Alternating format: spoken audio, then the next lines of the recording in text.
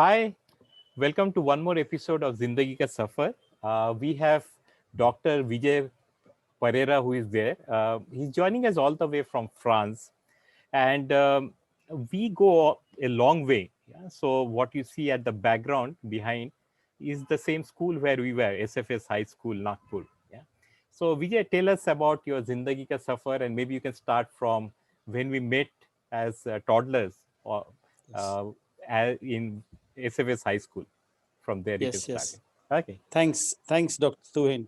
I think, Dr. Tuhin, we met a few years ago in Bangalore, where there was a launch of my books, and Yeah. you came and we spent a good time reflecting, going True. back. Yeah. But just answering your question, really, yeah. Yes, I think our parents were in Nagpur. Mm. We were born in Nagpur. And so also a generation ago, my grandfather arrived in Nagpur. Mm-hmm. So, and then my dad met my mom in Nagpur. Wow. So very much Nagpur has been in our DNA. Mm-hmm. And also my dad went to the same school as us. Mm. So Wow. yes, Mm. so I think that generational thing was very much there. That if if my dad had a boy, he would go to SFS. So I'm the eldest of three brothers and one sister, Mm. and so born in 1969, uh, You don't look like 1972. that. You don't look Well, like thank you. that. Maybe if it was India, we would have asked you to show some paper, but okay, fine. I Yes, think I'll have to yes, believe that you were born in 1969. But I yes, think you are the yes, yes. youngest of the batch, I of was the our batch youngest. of, Yes, yes. yes, yes. Yeah. I was the youngest in class, and I think during the first few formative years, I Mm. was very shy because I think psychologically I thought I was very young. Mm. But I think by mid school I was one of the most bold person, and I was my personality was changing then. Mm. But I think those formative years were very good. Mm. I look at and compare my own. I have two daughters, just like you, Tuhin. Yeah. So my two daughters, I compare our lives when we were their age, Yeah. and then that was an innocent life. I think we never inquired about where we came from or what we did.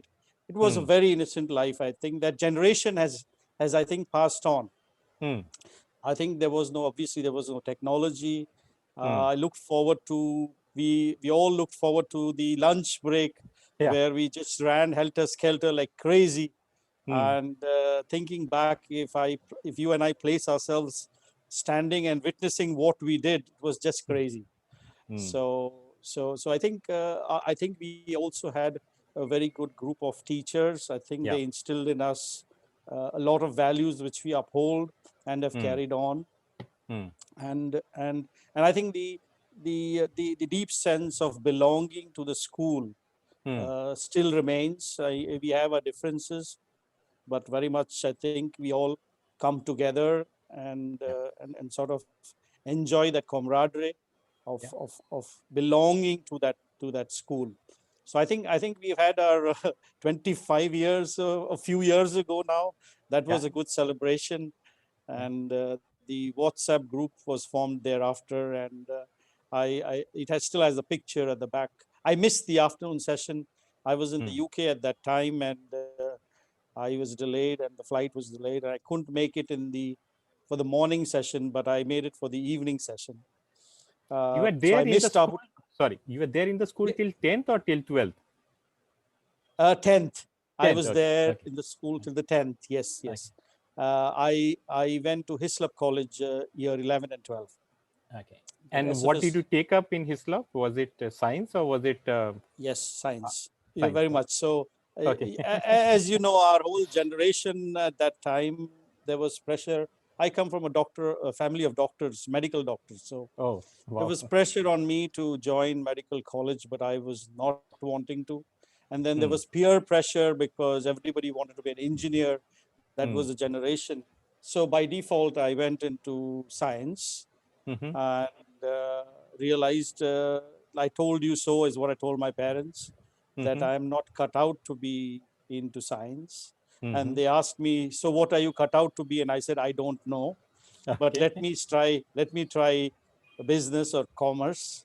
Mm-hmm. And then I did a bachelor in commerce from Islip College. So Mm. after 12th science, I moved on to uh, uh, BCom. I Mm-hmm. changed. Then I did a degree in law. Then I did my MBA. Mm. And then I sat the civil services, and my life changed at the age of 21 again. Mm. I was 21 when I joined the Indian Civil Services. Mm. I joined the Indian Railways. Mm. And at the age of 21, I had to make the journey from Nagpur to Mumbai. That was where it was Bombay, good old Bombay then. Yeah. But at the age of 21, Mm. I still remember taking the Gitanjali Express from Nagpur Mm. that came from West Bengal, Calcutta. Kolkata, yeah. Gitanjali, Calcutta, yes, Calcutta. yes, Mm. Calcutta then, Kolkata Calcutta. now, Yeah. yes. And I remember the Gitanjali train came in at around 7 p.m. Mm. and 6 a.m. I got off in Dadar. I still Mm. remember that day as if it Mm. was very fresh. Mm. It was the week of Christmas. I Oh. remember my mom crying and saying that I shouldn't be staying back for Christmas, and I said no, no. So with a very heavy heart, I left a week before Christmas, Mm. and it was 1991 Mm-hmm. uh, December. Yes, Okay. and so that was my journey from Mm. education into the real world of work. Okay. Yes, yes. And you were there in the railways for how long? Exactly 10 years. Wow. Mm. Yes, exactly 10 years. So I went there at the age of 21 and Mm. left at the age of 31. 10 years of, I roamed the length and breadth of the country. Mm-hmm. I was lucky. I just traveled like crazy. Mm. The nature of my jobs and the positions I had Mm. meant that I would be traveling. So, for example, the first few years I was into administration and personal management, and Mumbai division was my home, which meant 17,000 employees Mm. I was responsible for. And so I, from Bombay to Bhusawal to Nagpur to Bhopal, all of these came under the Central Railway. Mm. And of course, then the trips to New Delhi, to Rail Bhavan, the Mm. Ministry of Railway, Mm. once every 2 months, every 3 months, quarter Mm. is, yeah. And then, of course, we were visiting different zones and so on. But those 4 years, and then, of course, I moved away from what I normally do into vigilance, which is catching people who are stealing. Okay. Uh, and that exposed me very much with people of different types. Mm. Most of them, obviously, uh, that was my job to catch the corrupt. But if everybody around you is corrupt, it becomes very difficult. Very difficult. But that's where I began to see the real bureaucracy, and I began to compare and contrast where the historical roots were. Mm. And the British left this huge legacy of an institution called the Indian Railways, Mm. the world's largest employer after the Chinese Red Army. Mm. And so also I joined at a time where there was a lot of change happening. Mm. I still remember uh, my first general manager, A.K. Banerjee, Mm. and he said to me one day, you are not part of the railways, you are part of an institution. And I said, Mm. I understand an institution very well because, SFS school and Islip College and now Indian Railways. So I said, I know that. And let me tell you a very, very interesting story, Tuhin. Uh, I have told the story very, very few times. Mm. So, it's a story that portrays how India is different, Mm. and how we sort of see it through different lenses.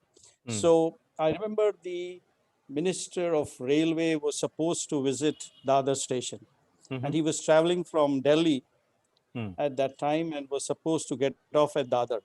But Dadar station, if you have been to Bombay, is extremely crowded and dirty and all of that. True. So he asked me to go 3 days before and to to see if I can give me a report, basically. So Okay. I got the power from the general manager saying, okay, here. And at the age of 21, your blood is boiling, you're hot, you want to do something. You have the adrenaline jump, running in you. You want to go and prove something. So I took the chief of the Railway Protection Force. I took the deputy director of the government hospital. I took because of the sanitation, so security, sanitation. Took the deputy director of operations because of the timing when the train comes, and the station master and so on. And here I was, all of 21. These guys were around 50, double my age, and I started to make notes and telling them that all the beggars and all the street guys who are selling stuff have to be cleared. And they asked me, sir, how do we clear? I told the security guy, take the cane and start to beat them up and they will leave, or catch them and put them in. And this is so they said, sir, are you sure? It is in the history of railway, it's not been done. So I said, yes, I think change is coming now. At the age of 21, you don't realize what you're doing, basically. True. And then I said, you want to have, see how it happens? Give me the stick and come follow me. I will show you. They said, no, sir, we actually accept that we can do it as long as you give us the power to do it. So all of that happened. Next day, I go to, Dr. Banerjee's, and he says, come in and stay where you are. By then I knew when it means that something is wrong. When you come in and stay where you are, means he wants to see you from the far. And he said, is this your report? I said, yes, it's my report. And the next thing I know is that something is flying past me and I had to duck. He threw the file and said, who do you think you are? He said, this is India. We don't do things like in China. And for the first time, I began to think about the statement he made. I said, why is he comparing India with China? At the age of 21, you want to do things differently. Yeah. But you soon realize that this is India. He said, I will lose my job. You will lose your job. The minister will have to resign, he said, based on what you are proposing to do. So he said, just because I know you and you are a good man, I will not put this on record, but just go back and reflect on what you have just proposed. And I think back and say how foolish and how naive I was to think that change can come just like that. And especially in a country as complex and what we call a democratic country. The word democracy for the first time struck me at that age. And I think that was a very, very good lesson for me, because I was not looking beyond change and the age of 21. So experience that taught me that experience is very, very important. So when did you move uh, from, you said you spent 10 years. So when did you move into academics? Because we Yeah. all know you more from that. Yes. Yes. Yeah. So I moved, as I said, at 31 to the UK. Uh, I had sort of saturated in uh, being in a government service. At that age, to make a transition into the private sector, I just didn't decide overnight that I should be going to the UK. Uh, I began to look at a career change in the private sector. I was involved in a few consulting projects, being an expert from the government department. But I think it was very difficult at the age of 31 In any other part of the world, 31 was young, but not in India. True. I'm not sure what it is now because it's been 21 years I'm away from India. But at that time, 21 years ago, 31 was seen as not young for a career transition. So I said, okay, what are my options? And I thought if I go abroad, I will have to retrain. But I thought, let me not think about retraining. Again, the Indian mindset of 31 is too old to go back to university.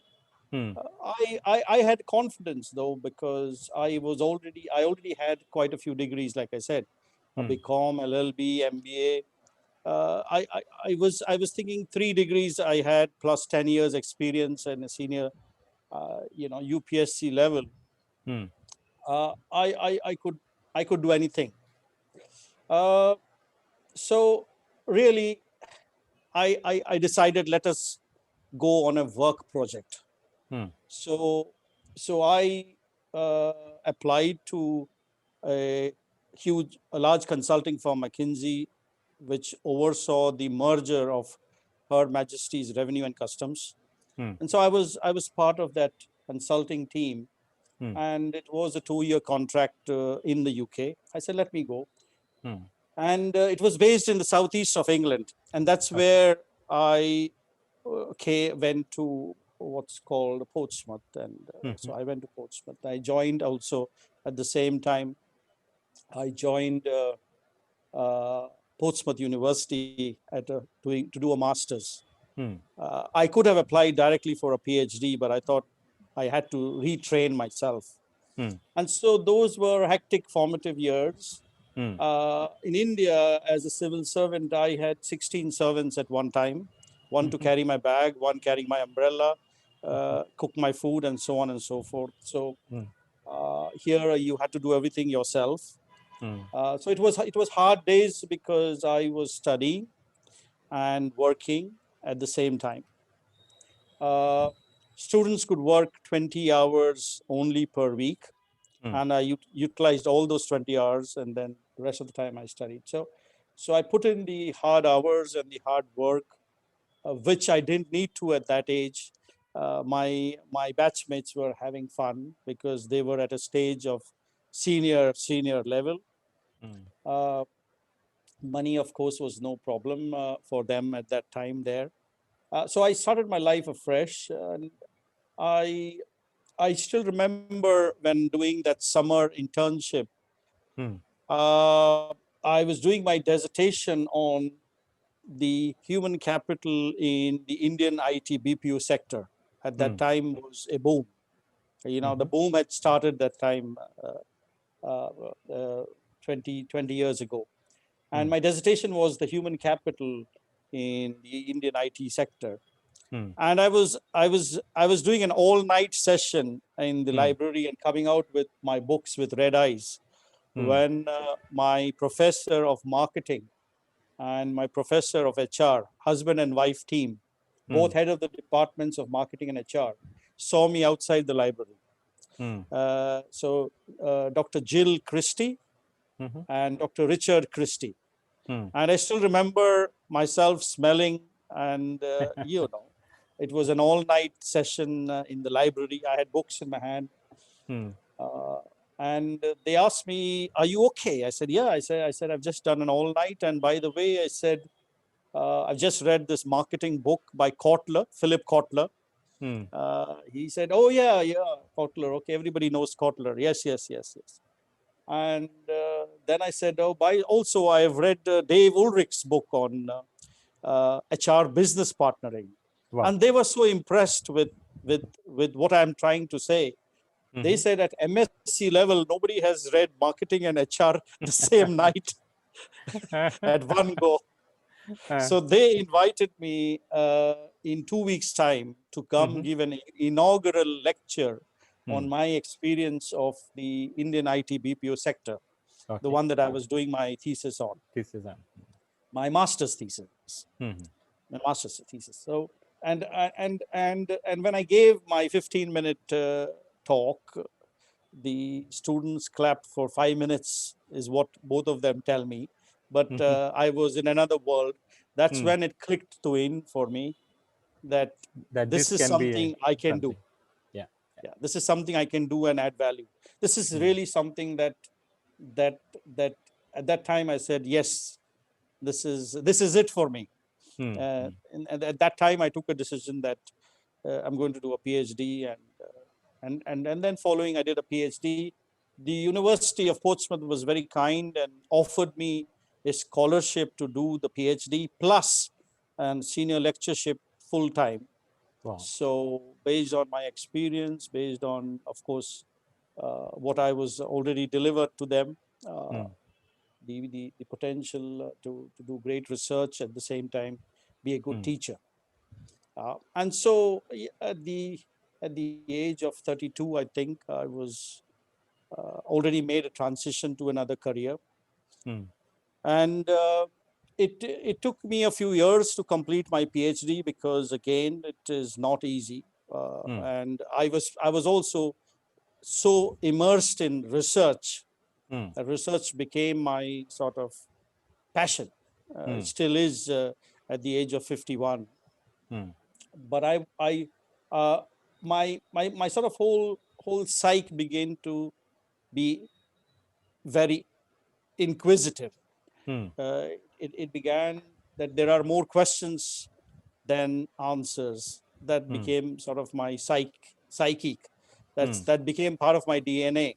Hmm. That's not very good because you become argumentative with your Hmm. friends and family because you Hmm. can't switch off and switch on if that's part of your personality. And if a friend says X, you say no, it's Y. Why do you think it's X? And you get into these arguments. Prove the hypothesis. Prove the Give the null hypothesis. Yes, hypothesis and then prove it very much, statistically. very much, very much. But I think it's all fun. Yeah. People close to you understand where you come from. Hmm. Those that do not think that I've lost it completely, but it's okay. You can't keep everybody happy. That's true. That's true. Yeah.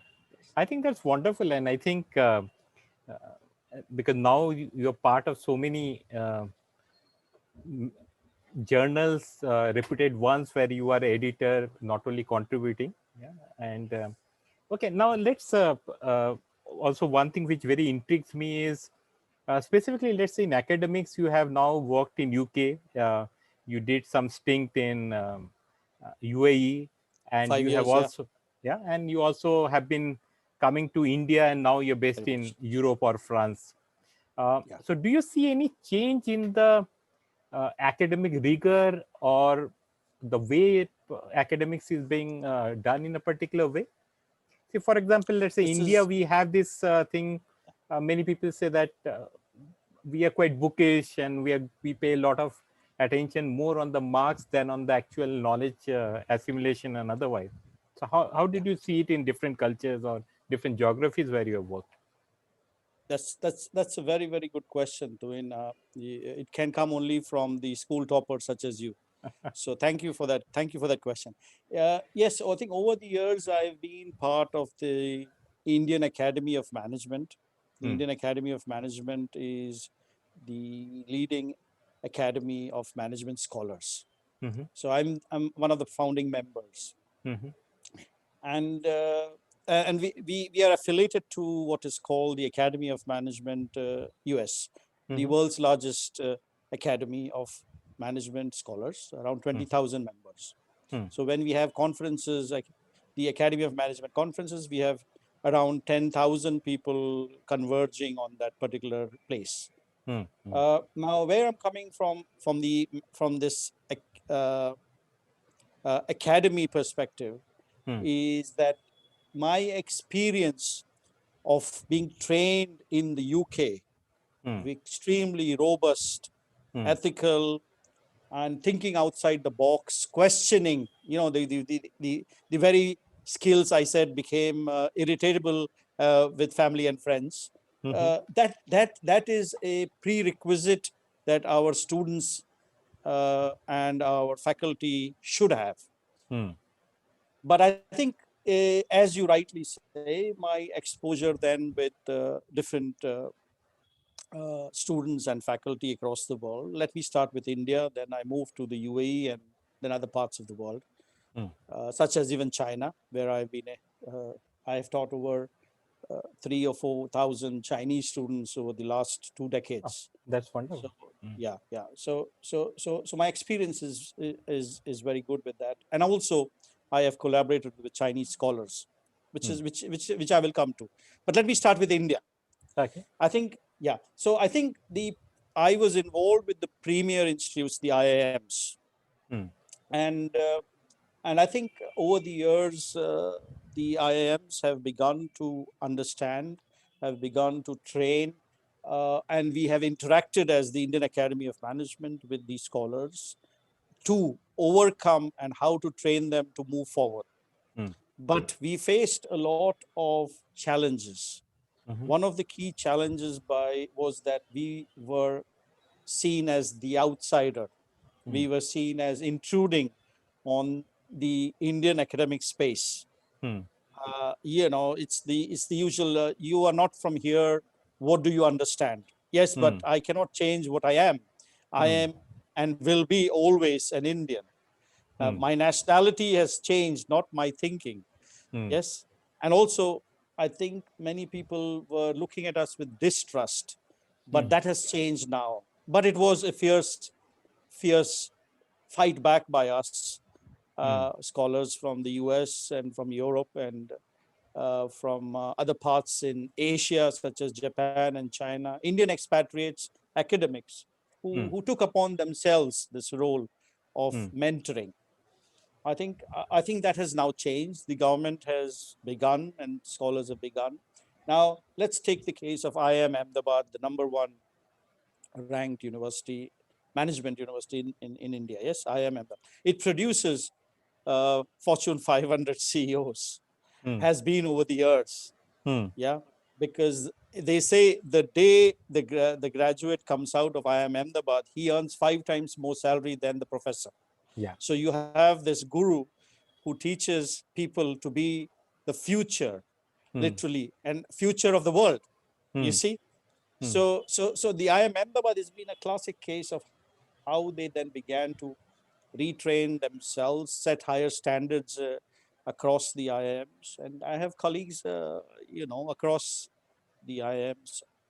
But there again, this elitism of why we should look only at IIMs. The IIMs are not the true representation of Indian education. Mm. Mm. And so we can go to the regional level universities, also very good. And then, of course, as you know, you have the private universities. Mm. Some of them are very good, Mm. Amity, for example, and so on. These have over the years began to up their ante, sort of. Mm.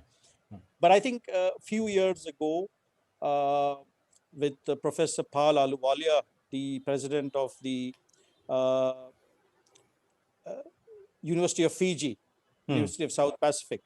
Mm. Him and me, because he was my boss in Portsmouth, we did a 17 university trip Mm. sponsored by the uh, government of Maharashtra Higher Education Ministry. Mm. Mm. And so 17 universities, including the University of Nagpur, Mumbai, Bombay, Pune, and Sholapur, and so on. 17 universities is what we visited, Mm. and we had a 2-day session with the vice chancellors and the director of researches, and we helped open up doors of Mm. collaboration to different global universities. Mm. Mm. And that fruit of that is seen because now they are publishing at par with Wow. not only their Chinese counterparts in Asia, but also their American and European counterparts. That's wonderful. And so you see that, yeah, you see that that change can happen, and I think we're quite happy that acceptance. It's still a long way to go, but I have scholars that are doing extremely well, not only in the IIMs but in other parts. And I think over the years I have tried to give back. Mm. I was very involved with the University of Jammu. Mhm. As a British citizen, I was advised not to go there. Mm. I had to sign a declaration that I will go there on my own risk. My university didn't allow me and were not insured. And so I took private insurance and traveled there a few times. Dr. G.D. Sharma was the vice chancellor. He was extremely supportive. I had security all the time I was there. And the United Nations acknowledged that fact and awarded me a pin based on Gandhian values, which was very good a few years ago. So I think there is this intrinsic satisfaction as well on my end. Uh, but I think also from a student perspective, I think a lot of Indian students are traveling abroad and they understand and they realize they struggle in the first few months because the education system is different. But I think more and more higher education institutes in India are beginning to understand that change. We have just written, Tuhin, a extremely good piece on the new education policy, NEP. Yeah. It will be in the news very soon, and we will be interviewed by many uh, news houses. It's one of the first critical pieces on the new education policy, along with Professor Arup Verma from Loyola College in Chicago and other colleagues from Australia. So we have read the new education policy, and we think it is about time. And I think the question you asked, that is beginning to change now. They are having, for example, in the new education policy, they are proposing bagless days, which is the students will come and just mix and do some extracurricular activity the whole day. Wow. I think we are moving away from this purely bookish knowledge to a rounded education, a holistic education, which I think for 1.3 billion Indians is very good at this point. Yeah. Wow. So yeah, I think if we compare, I think India and Indian scholars, they are moving forward, but not as much as it should have been. But change has come, and I think over the years that is going to be sustained. I think wonderful. I think it's a very positive commentary from someone who has not only been very closely associated with India, but you have seen different geographies which is there. Um, okay, so I think we have spent around half an hour, and there's so much to talk about. Maybe we'll do it at some future thing, but let's do some interesting part. We normally have one section which we call it as rapid fire question. Yeah. So just for our viewers, I was being very nice because he is my That's batchmate. right. So I said, okay, let me give out the questions to him. And when I did it, he just answered it within 1 second and sent it back to me. So I have changed the questions and I'm going to ask him something which I have not shared with him. So let's hope that I can rattle him and Just we'll know yeah, if there have just been, yeah. yeah, just a warning as it comes on the cigarette packet. Yes, Yeah, that I am extremely provocative, so be careful with my answers. I know. I can only ask the question. It's up to you how Perfect. much provocation you can have. Okay. Okay. Okay, let's start with the first one. If you have to choose between uh, your mom's food and your wife's food, which one will you choose? If I was before marriage, it was my mom's. After marriage, my wife's. So today, if given a situation, still you will go with your wife's thing. Yes, I think so. Otherwise, today you will not get your dinner And if for after the chili future, sauce. For the correct. future, definitely yes. Okay. I think I will have to do that. Though I think mostly my wife does not hear this podcast. I still prefer my mom's food, which is there. Okay. Okay. Who, according to you, will be a better actor for advertisement, Dravid or Dhoni? Dhoni. Okay. And any particular advertisement of Dhoni which you think he has done very well from acting perspective? You Yes, I can think recall? Dhoni doesn't need. I think Dhoni, both Dravid and Dhoni, don't need to act. They Uh, just look at the camera and everybody knows what they do. But I think Dhoni is a bad actor, but he that bad acting actually provides people to laugh a lot. So that what makes him attractive. It's not the acting, it's just his face and his bad acting that is more attractive. Have you seen the recent ad which Dravid, Rahul Dravid Dravid, did? Dravid. Yes, I loved it. I loved it. Indira, Indira Nagar Ka Gunda Yes, wala yes, ad. yes, yes, yes, yes. That was very good, very funny. That was Yes, very yes, funny yes. and too much That was, out of his character. So yeah, yeah, that yeah. was something which is there. That was a So, very good advert. Yes, yeah. yes, yes. So though Dhoni has been, I think, coming with a lot of different ads in different situations for the Yeah, IPL. yeah. Uh, Yes, yes, my personal thing is it's not very attractive. There have been better ads yes, which he has done, specifically for yes, Chennai Super King. Some of the ads Kings. which he Yes, had, because as you rightly said, he is not a very, maybe he is not good a good actor. actor. Yes, None of them are. They are yes, cricketers. yes, They're not yes, yes. supposed to be acting. So Yeah. it is left to the director to ensure that they are able to Yes, leverage yes. their presence I and think, the yeah, I brand. think they're all gaining from brand value.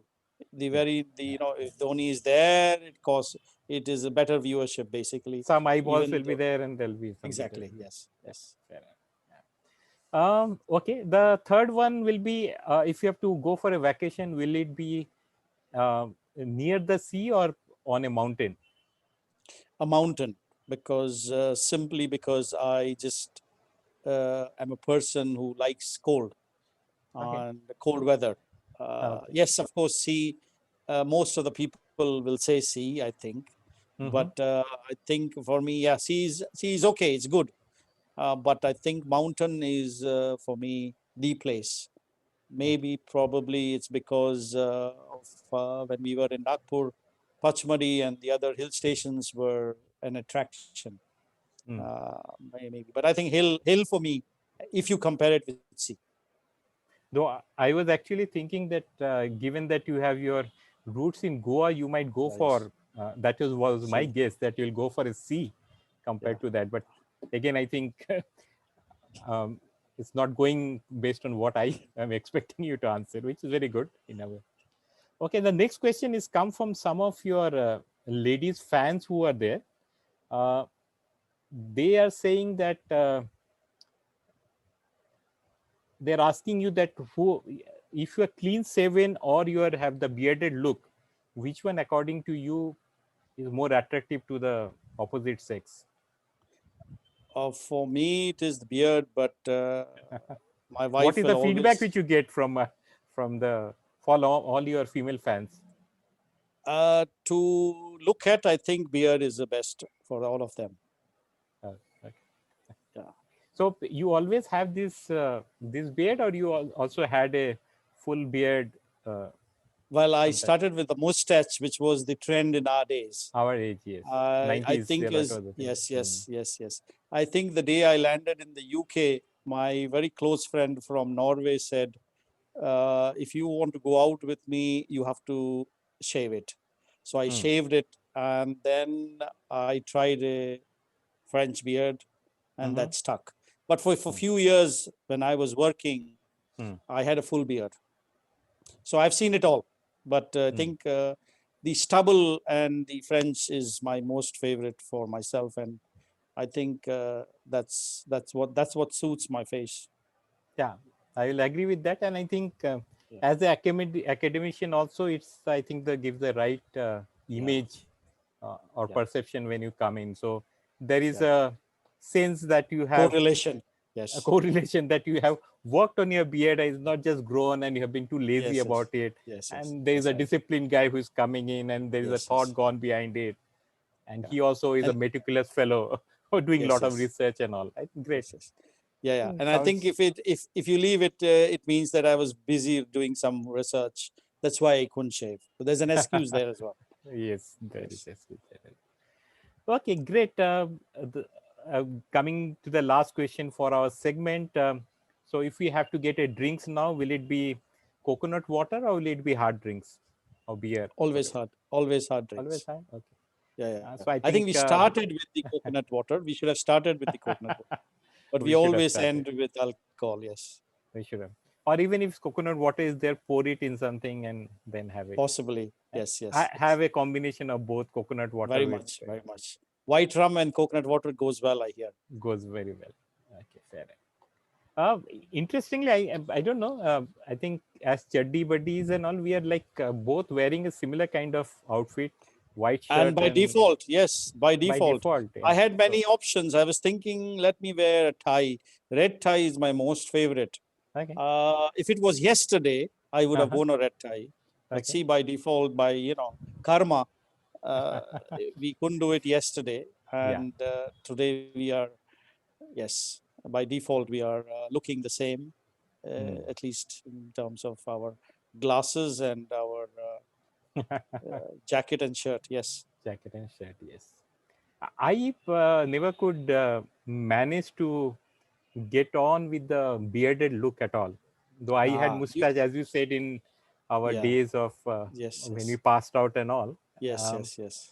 but whenever I But do, you. and once, yeah, Yeah, I've seen some Facebook pictures of you with beard, full on beard. yeah, once in a while I did it, While okay. but Yeah. Yes. that Yes. is specifically from my home and Uh, all known people. The yes. feedback I Yes. keep Yes. on saying is, "Oh, you seem to have become more older and it does not suit you and all." So beyond hearing it after some point in time, always Yeah. people saying, "Matlab, you are not looking good. Yes. Yes. Yes. Why are you Yes. doing But it?" Then it's okay. yeah. But Let we. me respect Yeah. the other people because Yes. they have Yes. to Yes. see me. I don't Yeah. have Yeah. to Yeah. see myself other than in the mirror. So Yeah. I But go we are for used the. to seeing you as the disciplined, clean-shaven Tuhin. We are used to Yeah, seeing that's you what as you mostly. are. Yeah, that's what Yes. Yes. Yes. most Yes. people are. So I think people. Uh, I think you are a behavioral person, so people don't accept change so much. yes. Very much. Yeah. Yes. So Yes. if I had come wearing some clothing like, or we had both come some clothing like your Ranveer Singh kind of thing, I don't know whether we Yeah. would have suited us and all. Okay. Yeah. They would have Okay. laughed more than they would have listened. Listen, yeah, I know. So we have been more funny than Yes. Yes. without meaning to be one. Yeah. I think it's wonderful, Vijay, and thanks a lot for taking out the time and sharing a lot about how your Zindagi ka safar has been, your likes and dislikes, and how do you have gone about doing it. Um, we can all, I think, our viewers and all youngster can learn quite a lot. Yeah, that if you are focused and you want to do something in life, you will definitely be able to do with some determination and hard work, which is there. Yeah. So wish you all the best. We'll catch up sometime soon Yes. once Thank you you. My come to pleasure. India. Yeah. Very much. Thank you, Tuhin. My pleasure. Wish you to Bye. all the best. Okay. Bye then. Thank you. Bye. Bye bye.